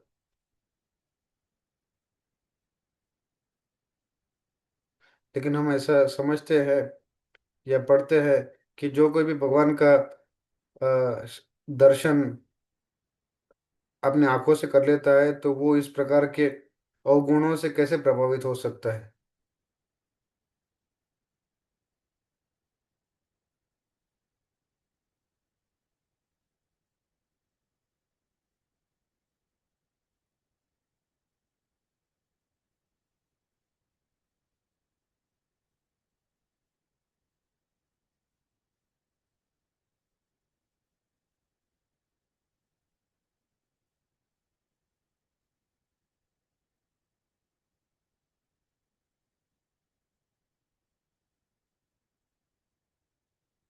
तो हर कोई मनुष्य व्यक्ति गलतियां करता है, लेकिन उन मनुष्य व्यक्तियों में भगवान रामचंद्र ने कभी गलती नहीं की, क्योंकि वो भगवान रूप में मनुष्य, भगवान के रूप में, वो मनुष्य के रूप में आए थे। इसीलिए उनको पुरुष, राम पुरुषोत्तम कहा गया है। तो मनुष्य लोग, सारे लोग गलतियां करते हैं। तो इसीलिए यहाँ पर ऐसे मनुष्यों की तुलना में भगवान रामचंद्र की तुलना की गई है। दूसरी आपका प्रश्न, जो भागवत में प्रश्न पूछा गया है, जिसने भगवान का सन्मुख दर्शन किया हो वो किस प्रकार से अवगुणों से जूझ सकता है, जिस प्रकार अभी ध्रुव महाराज क्रोध से जूझ रहे थे।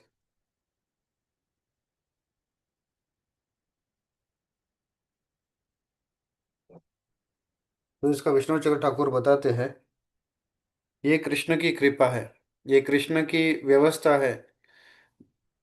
तो ये हमको लीला की दृष्टि से देखना चाहिए।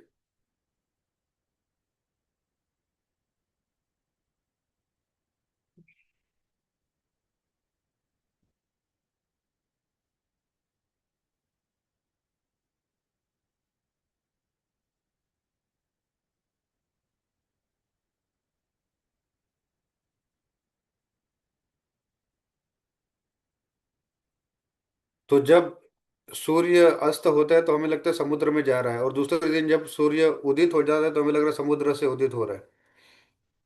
तो हमें ये समझना चाहिए कि ये महासागर या समुद्र का इसमें कोई कार्य नहीं है। ध्रुव महाराज तो ये पूर्ण पवित्र है, लेकिन ये लीला भगवान ने की है। भले ही ये हमको गलती लगे, लेकिन ये गलती से परे है। तो, तो ये सूर्य के उदाहरण से विश्वनाथ चक्रवर्ती ठाकुर ये बताते हैं।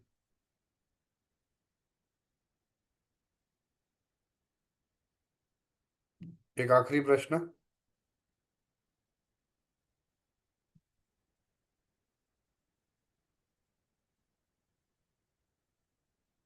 एक प्रश्न है कि अगर आप समय से विपरीत करते हैं तो उसे पाप कहा जाता है। तो शास्त्र बताते हैं कि आप ऐसा नहीं कीजिए। आप तो मैं गाय का मांस अगर खाऊं तो इसमें क्या गलत है? तो इससे व्यक्ति को पाप लगता है अगर शास्त्र के विरुद्ध कार्य करते हैं। तो 10 साल के बाद हाँ, भूकंप आ सकता है या फिर सूखा पड़ सकता है। तो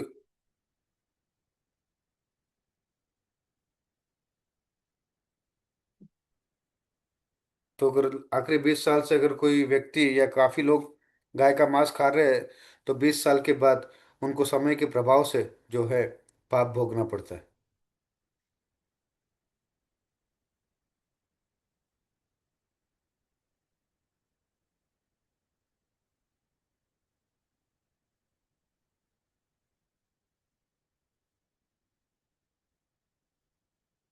तो बहुत बहुत धन्यवाद। और किसी के प्रश्न छूट गए हो तो क्षमा कीजिएगा। आपने बहुत सुंदर श्लोका और कथाओं के माध्यम से, उदाहरणों के माध्यम से बहुत सुंदर आज का प्रवचन किया। हमारी प्रार्थना है आपके लिए और आपको प्रणाम। वांछा कल्पतरुभ्यश्च कृपा सिंधु व्यवच पतितानं पावने वैष्णव नमो नमः। अनंत कोटि वैष्णव वृंद की जय। जगत साक्षी प्रभु जी की जय।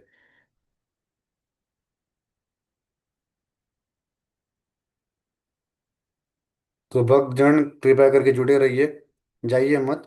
अभी हम नरसिंह प्रार्थना करके कुछ घोषणाएं करने वाले हैं। तो प्रथम नायक प्रभु गौरांग देश यात्रा से आज नरसिंह आरती करने वाले हैं। तो कृपया करके आप बने रहिए।